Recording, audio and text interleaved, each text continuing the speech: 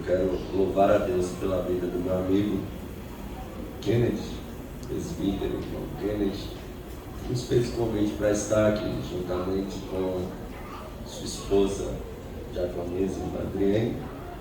Esse casal tem sido uma bênção na minha vida, né? Eu falo para eles que eles são um espelho para mim. E quando eu digo isso, eu não estou sendo demagogo, né? Eu louvo a Deus. O Senhor tem um casal abençoado aqui, meu pastor. Que Deus abençoe os obreiros que estão à minha retaguarda. Quando eu crescer, eu vou ser igual a vocês.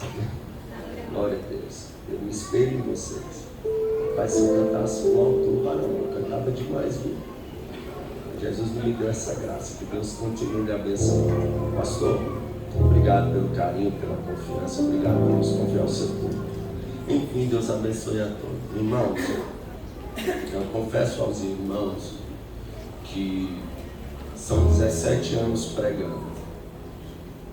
E a mensagem que mais marcou minha vida foi a última que eu preguei aqui dentro desse templo. Glória a Deus. Eu preguei igrejas bem grandes, igrejas bem pequenas, muita gente, pouca gente. Mas aquele dia, de fato, ficou marcado, foi um divisor de águas na minha vida. Aleluia. Deus sabe a guerra que eu enfrentei. Pra você ter uma ideia, eu fiquei com medo de pregar depois daquela mensagem. Foi algo muito de Deus, algo muito do céu. Muita gente que ouviu e assistiu aquela mensagem entrou em contato comigo e falou: irmão, o que foi isso? De fato foi algo sobrenatural, né? Ficou marcado na minha vida. Eu não sei na sua que estava ouvindo, mas na minha que está pregando foi de fato algo muito incrível. Mas vamos ler a Bíblia, que é o que importa. Não quero perder tempo. Isaías 53, versículo 5. Mas ele foi ferido por causa das nossas transgressões e moído por causa das nossas iniquidades. O castigo que nos traz a paz estava sobre ele, e pelas suas pisaduras fomos sarados. Amém? Mas ele foi ferido por causa das nossas transgressões, moído por causa das nossas iniquidades. O castigo que nos traz a paz estava sobre ele, e pelas suas pisaduras nós fomos sarados. Se assente adorando a Jesus. O apóstolo Paulo nos aconselha a lembrar da morte do Senhor todas as vezes que nos reunimos para comer desse pão e beber desse cálice. E eu quero falar um pouco sobre a trajetória do nosso Cristo, amém? Para quem não me conhece ainda, como já foi apresentado, eu sou o irmão evangelista Gabriel Bezerra. Para quem já me conhece, eu continuo sendo Gabriel Bezerra, amém? Congregamos ali na sede da Assembleia de Deus, Campo de Ceilândia, também em Madureira. Estamos aqui debaixo da bênção do nosso pastor e trago um abraço dele a todos os irmãos. Mas vamos falar da Bíblia. Olha só, irmãos. Nós sabemos que o intuito principal de Cristo não era fama, mas Cristo foi famoso, é famoso e será famoso por toda a eternidade. John Lennon, o vocalista dos Beatles, fez uma declaração falida. Ele disse: Cristo será esquecido e os Beatles serão lembrados para sempre. Se você pegar um adolescente aí de 15 anos para trás e perguntar para ele quem foi John Lennon, ele vai dizer: sei lá. Se você perguntar quem foi Cristo,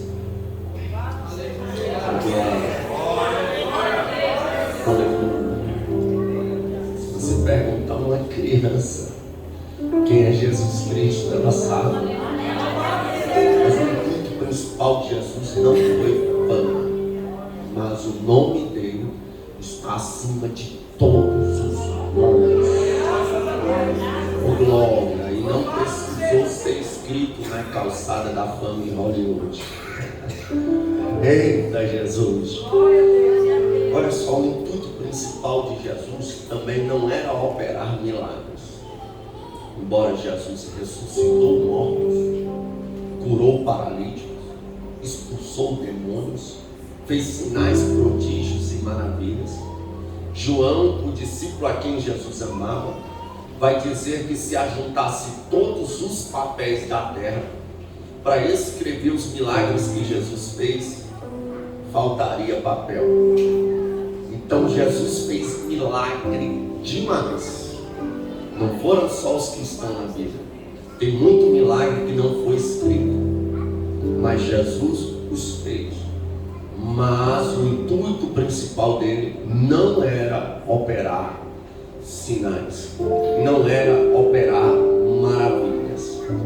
O intuito principal de Jesus era salvar a humanidade perdida, resgatar as ovelhas perdidas da casa de Israel, anunciar uma boa notícia de salvação.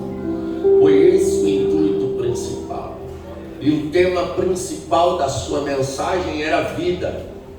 Ele disse: eu sou o caminho, a verdade e a vida. Ele disse: eu sou o pão da vida. Ele disse: o ladrão veio senão para matar, roubar e destruir, mas eu vim para que tenham vida. Jesus disse: aquele que quiser, tome de graça da água da vida. Oh glória! Então a mensagem de Jesus, o tema principal dela era vida eterna, era o reino dos céus, era a salvação. E para Jesus nos dar vida, Ele vai entregar a própria vida por isso. O intuito principal de Cristo não era tomar o trono de Herodes, não era fazer um governo humano. Por isso Judas se frustrou ao ver que Jesus, porque a esperança no coração de Judas e de muitos judeus que não creram no Messias, não creram porque Jesus veio na simplicidade, não creram porque Jesus não tomou a cadeira de Davi, Jesus não tomou um governo humano, Jesus não assumiu um reino terrestre, mas Ele dizia: eu vos anuncio o reino dos céus. E Pedro demorou a entender isso. Pedro só entendeu isso no momento que ele honra com sua palavra, porque todo mundo diz: ah, Pedro negou a Jesus. Quando Jesus disse: Pedro, ainda antes que o galo cante, tu me negarás 3 vezes. Pedro disse assim: ainda que seja preciso eu dar minha vida, eu não te negarei. E Jesus disse: mas tu vai me negar. Tanto a palavra que Pedro liberou para Jesus se cumpriu, como a palavra que Jesus liberou para Pedro se cumpriu. Por quê? Eles estavam em um grupo de 12 pessoas, Jesus e os 11, Judas já não estava mais do lado deles. Um exército chega, Pedro puxa a espada e corta a orelha de um dos soldados de linha de frente. Se isso não é arriscar a vida por causa de alguém, eu não sei mais o que é. Só que Jesus pega a orelha do soldado e cola na orelha dele, no local, e diz: Pedro, tu não entendeu, entenda, o meu reino não é dessa terra. Se fosse aqui, eu oraria ao Pai e Ele enviaria legiões de anjos para guerrear por mim. E ali Pedro entende que o reino que Jesus está oferecendo não era nessa terra. Em seguida, Pedro nega a Jesus por 3 vezes e o galo canta. Mas não é disso que eu quero falar. Jesus cumpre um ministério de excelência. Jesus prega com 12 anos, deixa os fariseus de boca aberta. Jesus vai ao deserto e vence Satanás. Eu até preguei sobre isso hoje pela manhã. Jesus, ele transforma água em vinho, levanta paralíticos, ressuscita mortos, cumpre o seu ministério, exerce o seu ministério. Agora ele entra em Jerusalém montado em um jumento, e as pessoas, uma grande parte delas, reconhecem ele como o Messias. Começam a dizer hosanas, hosanas, em nome daquele que vem, hosanas nas alturas. O nome de Jesus Cristo é glorificado. Jesus é ovacionado por multidões. Mas chega um momento, o povo pressiona Jesus em certos momentos, dizendo: mestre, dai-nos um sinal. E Jesus olha e diz: essa geração incrédula me pede um sinal, mas não há sinal algum, a não ser o do profeta Jonas. Assim como Jonas passou 3 dias no ventre do peixe, importa que o Filho do Homem passe 3 dias no seio da terra. Jesus olha para o templo e, em um tom de uma metáfora, ele diz que vai derrubar o templo e reconstruí-lo em 3 dias. E os fariseus faltam infartar, ficam doidos. E uma das acusações que levaram Jesus a ser réu é essa: ele disse que iria derrubar o templo, porque fariseu é assim, pode pegar um membro e matar, pode deixar um membro passando fome, pode deixar um membro morrer na fila de cirurgia, pode deixar um membro desamparado, pode deixar o órfão e a viúva lá de qualquer jeito. Mas se faltar alguma coisa no templo, se mexer no templo, se tentar contra o templo, aí nós vamos te perseguir, aí nós vamos brigar. Mas Jesus não falava do templo físico, Jesus falava dele mesmo. E chega o momento que Jesus precisa cumprir a palavra, precisa padecer. E Isaías já era profetizado acerca dele. Primeiro, quem deu crédito à nossa pregação? A mensagem de Jesus não foi uma mensagem aceita pelos judeus, ou pela maior parte dele. Poucos foram os judeus que creram. É tanto que Jesus entra em Jerusalém: Jerusalém, Jerusalém, tu que mata os profetas. Quantas vezes eu quis ajuntar vocês debaixo das minhas asas como uma galinha agita os seus pintinhos debaixo das suas asas, mas vocês não quiseram. Aleluia, oh glória. Jesus nos adverte que se a mensagem que ele prega fosse pregada em Sodoma e Gomorra, há muitos teriam se arrependido em pano de cinza e sangue. Mas os judeus não aceitaram, não deram crédito à mensagem do Evangelho. E a grande verdade é que se a gente pregar fábulas, o povo gosta. Que se a gente enfeitar a pregação, o povo gosta. Se a gente colocar um pouquinho de psicologia na mensagem, aleluia, para ter um efeito emocional legal, o povo gosta. Se for um coach ministrando, então o povo vibra. Mas quando é o evangelho genuíno pregado, aleluia, muita gente fecha a cara, muita gente fica triste, muita gente sai dizendo: que culto gelado. Gelado é você que não conhece a palavra de Deus, porque quem recebe a palavra de Deus, aleluia, ele começa a falar. É por isso que quando ele falava, os nossos corações pegavam fogo. A palavra é como fogo, e o martelo desmiuça a penha. Ela é a única que é capaz de ir na divisão da alma e do espírito, entre juntas e medulas, de discernir os pensamentos e as intenções dos corações dos seres humanos. A palavra é incrível, e nós temos que aceitar a palavra. Aqueles que são de Deus ouvem a palavra de Deus. As ovelhas, elas ouvem a voz do pastor e as conhecem. Então o crente que fica revoltadinho com a palavra é porque não é ovelha, precisa ser. É porque porque não é do céu, precisa passar a ser. Oh glória! Você pode ver, existem pessoas que nem são crentes ou estão afastados, mas elas conhecem a voz de Deus. Elas sabem que a verdade é aquela que está sendo pregada e não questiona. Elas sabem que erradas estão elas. E se elas quiserem ir para o céu, não é elas que têm que mudar a palavra, é elas que têm que se adaptar à palavra, porque se levantou uma geração que quer mudar o jeito de um pastor ensinar, que quer mudar o jeito de um pastor doutrinar a igreja. Ei, antes de alguém nascer, o pastor já era pastor aqui, então respeite ele, pelo amor de Deus, em nome de Jesus. Respeite a palavra pregada. Aleluia, nós temos que pregar o evangelho genuíno, a mensagem de Cristo, sem nenhum arrudeio. Então o que acontece?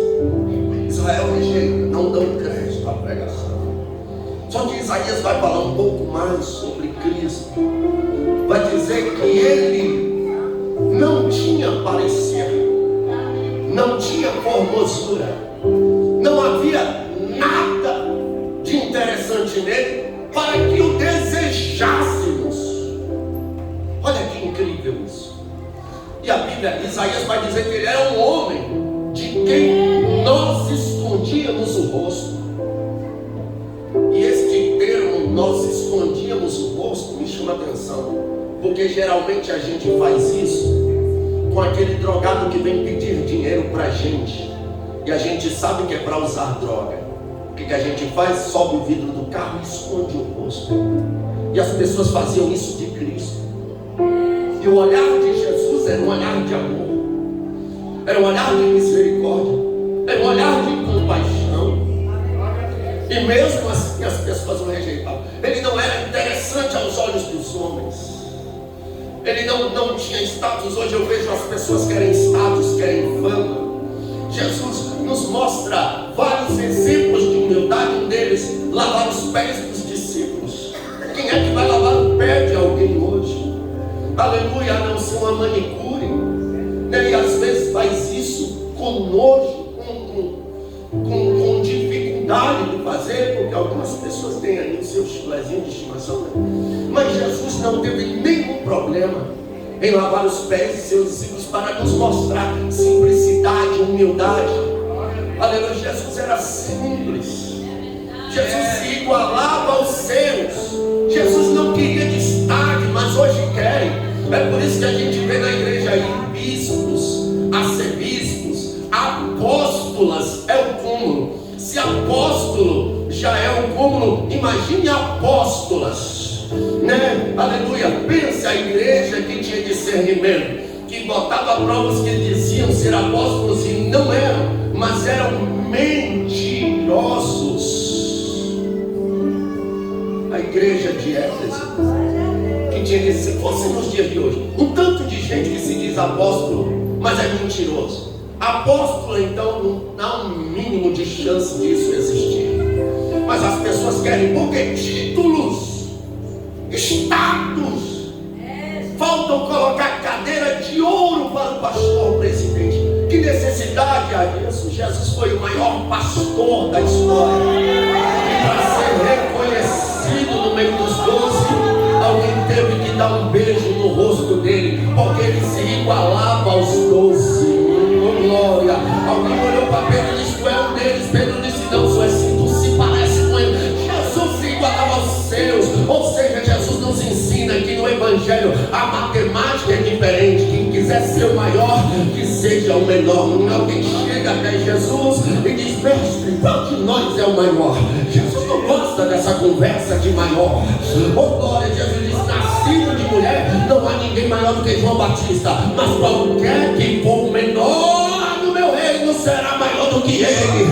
Aleluia. Com Jesus, importa que nós diminuamos e que ele cresça. Grande é Jesus, poderoso é Jesus, Rei dos reis é Jesus, santo é Jesus. Eu carrego uma grande dificuldade, pastor, de ouvir essas músicas modernas. E algumas eu não dou conta de ouvir, Porque se eu me concentrar nela, eu vou gritar: louvado seja eu. É porque a canção exalta o homem. Ela parece uma doutrina dos gregos.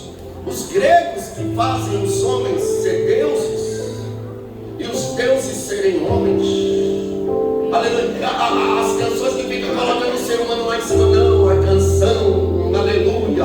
Eu vi aquele cantor moderninho dizer aí em suas redes sociais, aleluia, que a canção pode ser vertical, ou melhor, horizontal, não é só na vertical. Eu discordo totalmente. Pode me chamar de fanático, petista religioso, extremista, seja lá o que for, irmão. Para mim, a canção tem que ser vertical, é daqui para cima, é daqui para o céu. Aleluia. A palavra de Deus é para nós, o louvor é de nós para Deus, a palavra é de Deus para nós, o louvor é de nós para Deus. É assim que funciona. Olha o salmista, todos os salmos glorificam a Deus, todas as canções glorificam a Deus. E no Novo Testamento, Paulo foi compositor, e o modelo de música que ele deixa para nós é: porque dele, por ele e para ele são todas as coisas. Não nós.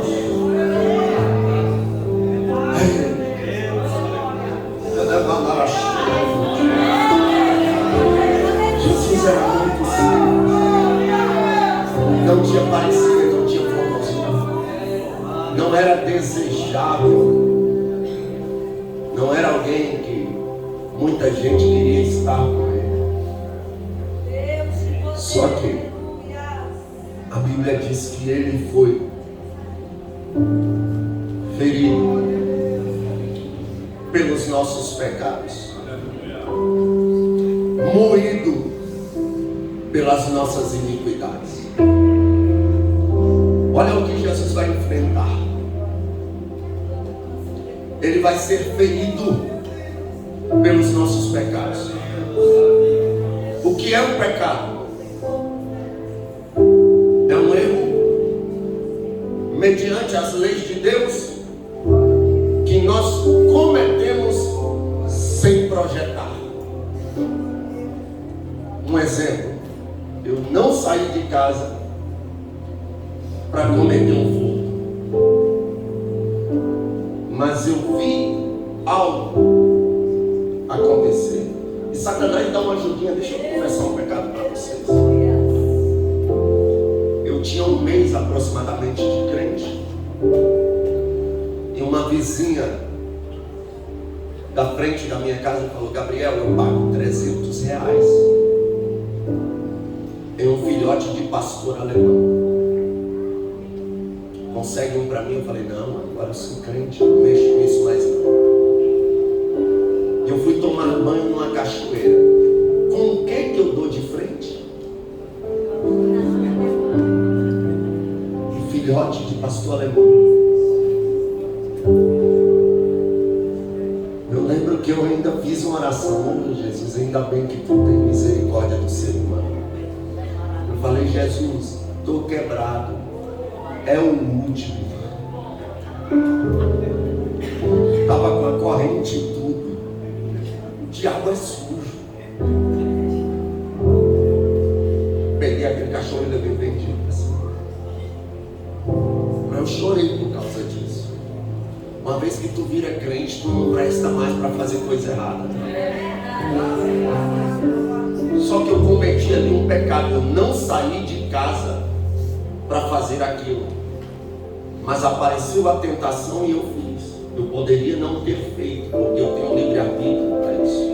E a Bíblia diz que junto com a tentação vem o escape. Veio o temor de Deus no meu coração. É tanto que eu orei, falei com Deus, mas mesmo assim eu peguei aquele cachorro. Então isso é um pecado. Agora, se eu soubesse aonde tem um cachorro e eu saísse de casa para ir buscar esse cachorro, seria uma iniquidade. A iniquidade é um pecado consciente. Então ele foi ferido pelos nossos pecados e moído pelas nossas iniquidades. E para isso ele sofreu. Oh, glória. Sabe, esse texto bíblico, eu acho que faz Satanás se estremecer. Porque o diabo cometeu uma iniquidade, foi um pecado consciente. Ele projetou, ele arquitetou, ele disse: subirei aos céus e serei semelhante ao Altíssimo. E de lá ele foi expulso. E por sua iniquidade não há mais perdão. Por isso ele ajuda o ser humano a pecar. Por isso ele vai fazer de tudo para a gente parar. Por isso ele usa pessoas para falar do nosso passado. Por isso ele nos acusa. Apocalipse 12 diz que ele nos acusa diante de Deus de noite e de dia, nos acusando, relembrando o nosso passado. Mas ele só pode falar do nosso passado. Do dele ele nem gosta de lembrar. Aleluia, porque o passado dele era glorioso. E ele não consegue falar do nosso futuro pelo mesmo motivo. Ele fala do nosso passado porque o nosso passado era de trevas. Aleluia, ele não fala do passado dele porque o passado dele era de glória. Ele não fala do futuro dele porque o futuro dele será de trevas. E ele não fala do nosso futuro porque o nosso futuro será de glória.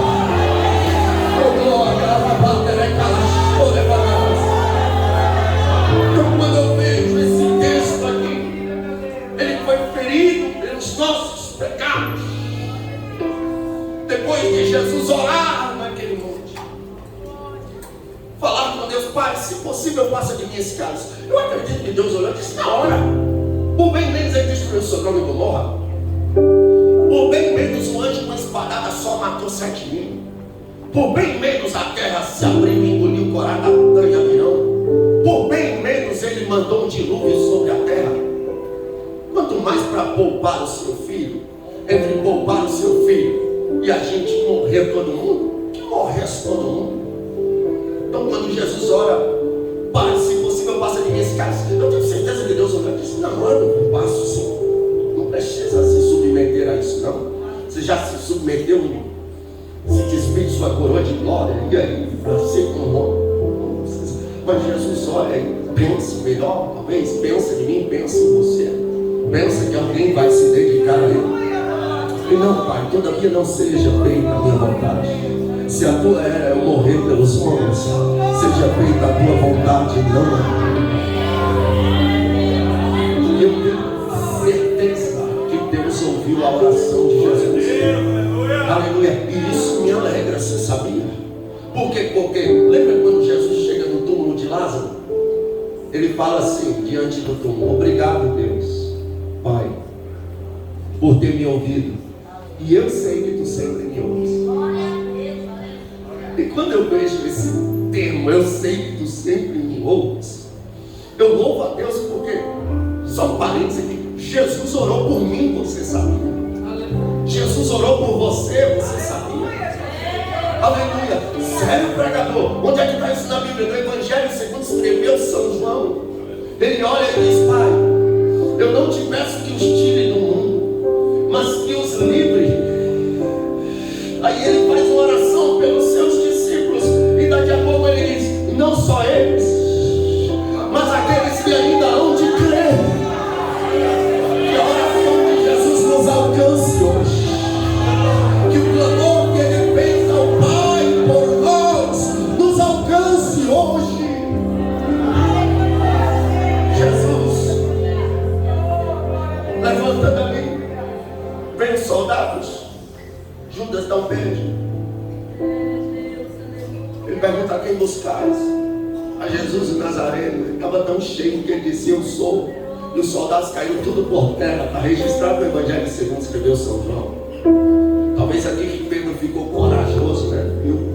Se Jesus só dizendo eu sou, caiu o exército romano todinho por terra. Imagine Pedro olhando: rapaz, Eu estou bem acompanhado. Vou cortar as orelhas desses soldados tudo. Mas aí eles se levantam. Aí Jesus se controla. Eu sou eu. Aí prendem Jesus. Começa aí a ferir em Jesus. Dão um tapa no rosto de Jesus.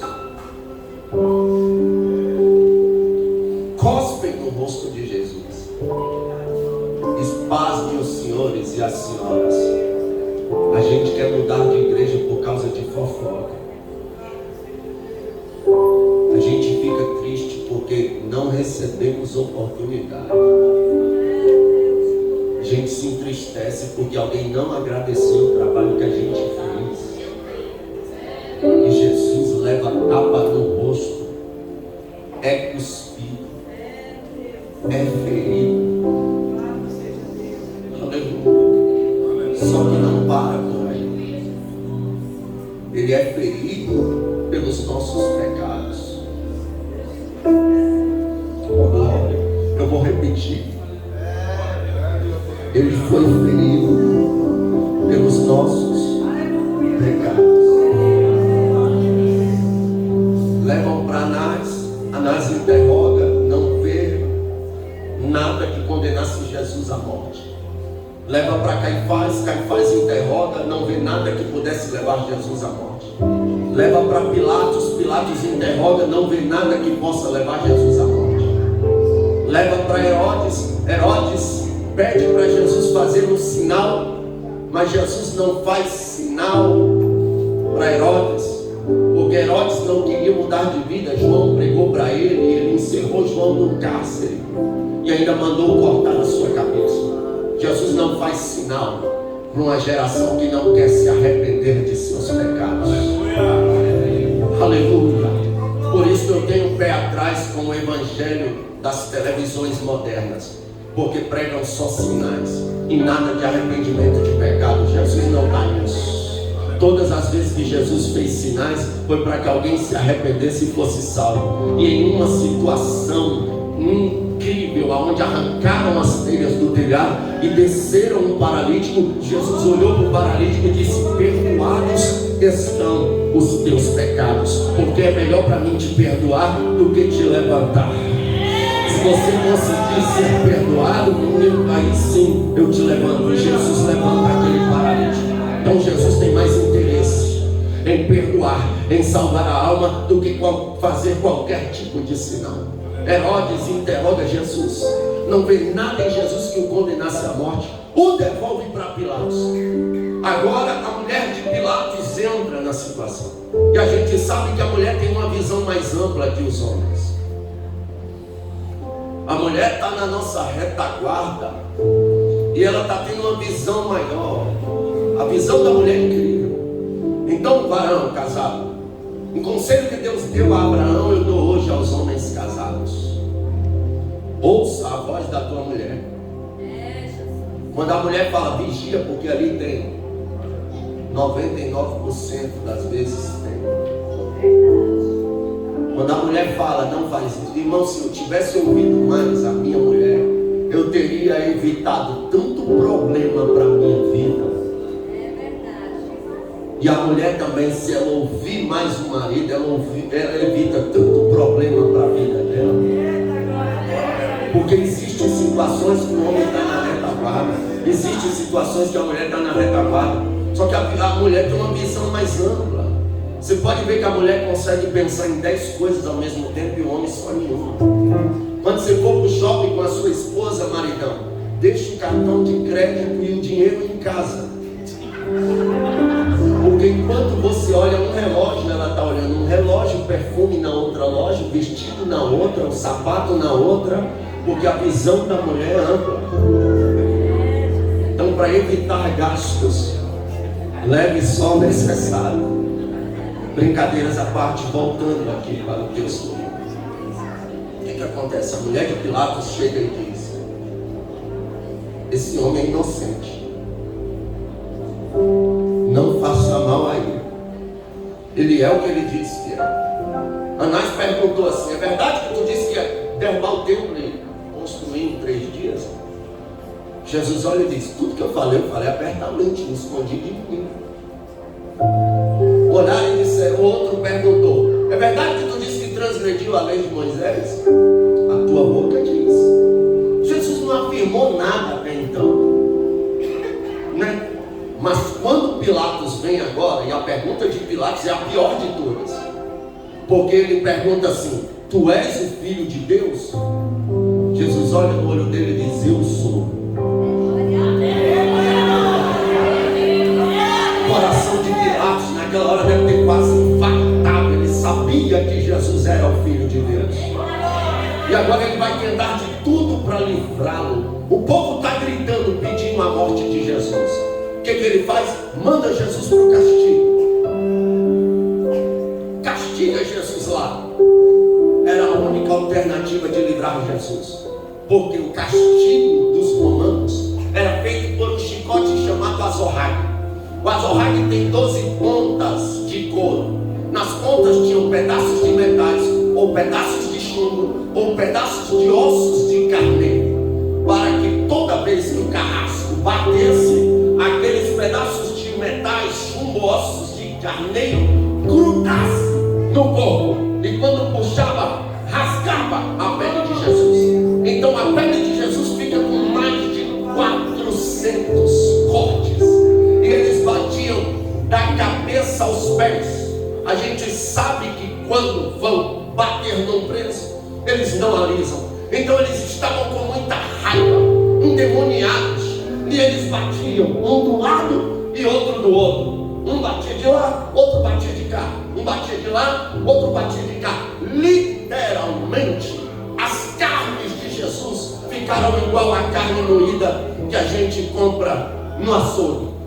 As partes do corpo de Jesus, provavelmente nas costas, estavam dilaceradas. Ele foi moído, mas ali no mundo espiritual, ele fica calado. Ele não diz um nada. Como ovelha muda levada ao matadeiro, ele está ali. Mas ali, para desespero do inferno, aleluia, tem aqueles pecados que são graves, que a gente cometeu, aleluia, projetando cometer. Podíamos ter evitado, mas fizemos. Vamos lá, fizemos. Ainda assim, oh glória, ele já tinha sido ferido, perdoado os nossos pecados. Agora ele também perdoa as nossas iniquidades. Oh glória!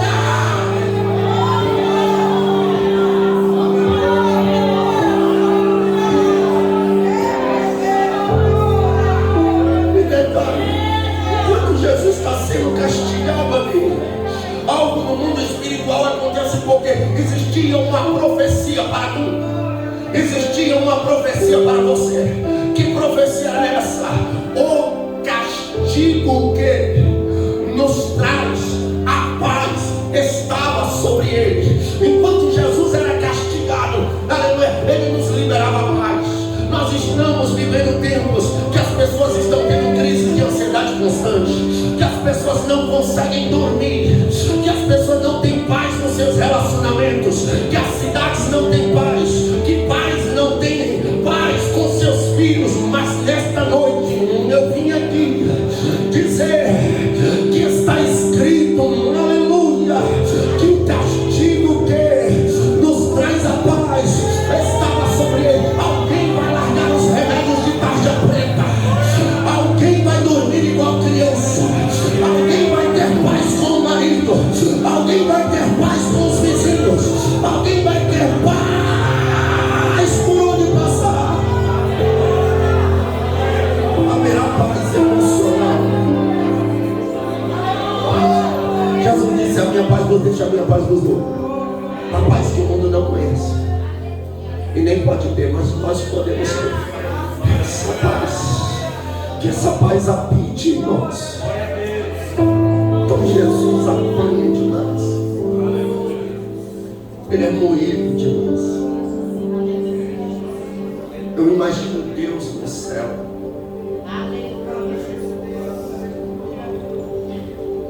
virando as costas para não ver aquilo, porque facilmente ele explodiria a terra e arrancaria Jesus do castigo.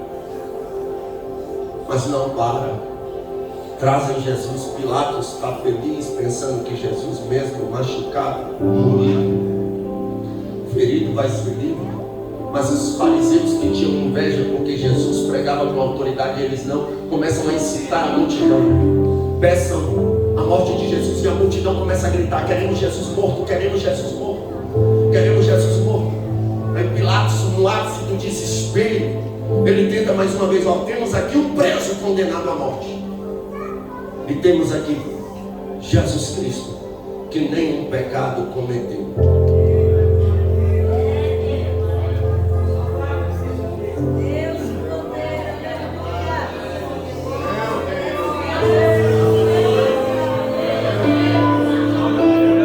Só que é incrível como o povo gosta de escolher condenado, não é verdade? Começaram a dizer: solte Barrabás, crucifiquem Jesus. Pilatos pega uma bacia d'água e diz: eu lavo minhas mãos, que o sangue desse inocente caia sobre a sua cabeça. Sabe qual é a resposta dos judeus? Que não caiam só sobre a nossa cabeça, que caiam sobre a nossa cabeça e sobre a cabeça dos nossos filhos. E olha o terreno que os judeus passam de guerra em guerra até hoje,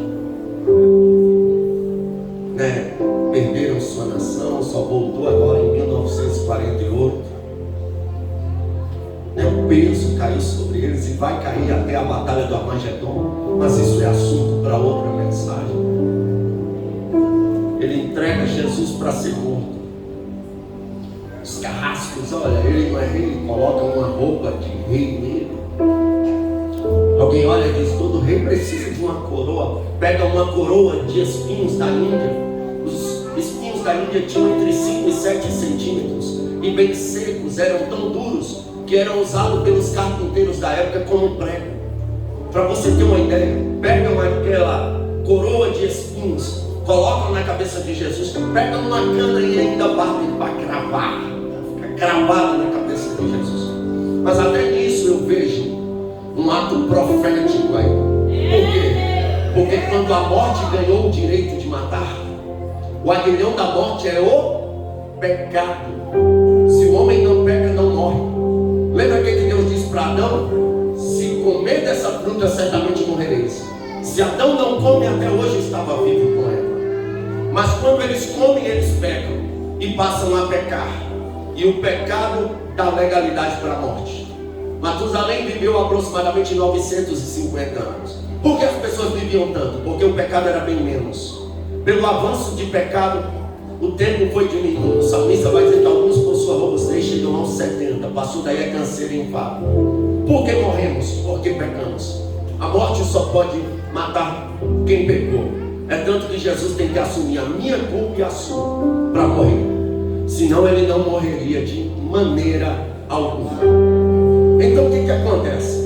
Olha só, quando o homem peca, o castigo de Deus foi para o homem assim: maldita será a terra por tua causa, Adão.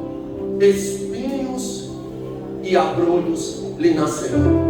Não havia espinhos antes do pecado. Quando o homem peca, nasce espinhos. A morte tem legalidade para matar agora. Então os espinhos é meio que um símbolo de legalidade de morte. Mas Jesus dizia: eu sou a vida, sou o pão da vida, lhe dou vida eterna.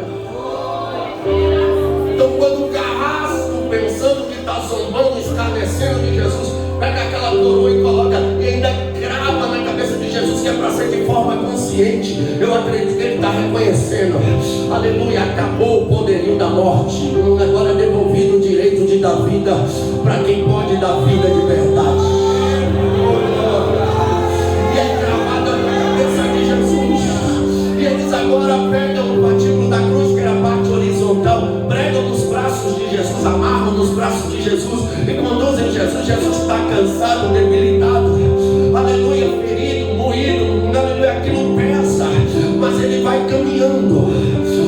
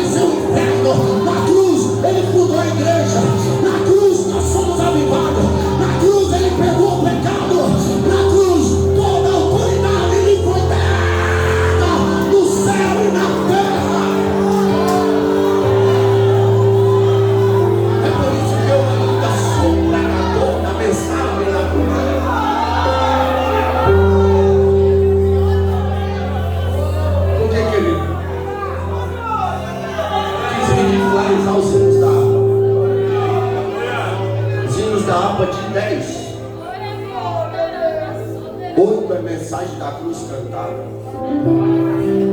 inclusive o que ele criticou, porque lá na cruz ele nos tornou mais que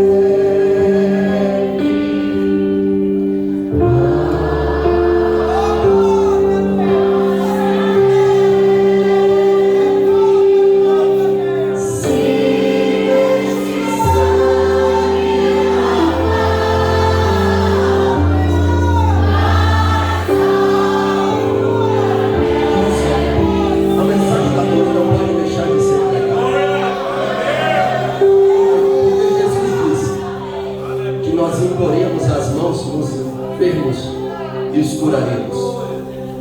Não é verdade? A Bíblia diz: se tiver alguém enfermo na igreja, chame os presbíteros e unge. A Bíblia diz que a oração da fé tem poder para perdoar pecados. Se houver enfermos na igreja, eles serão curados.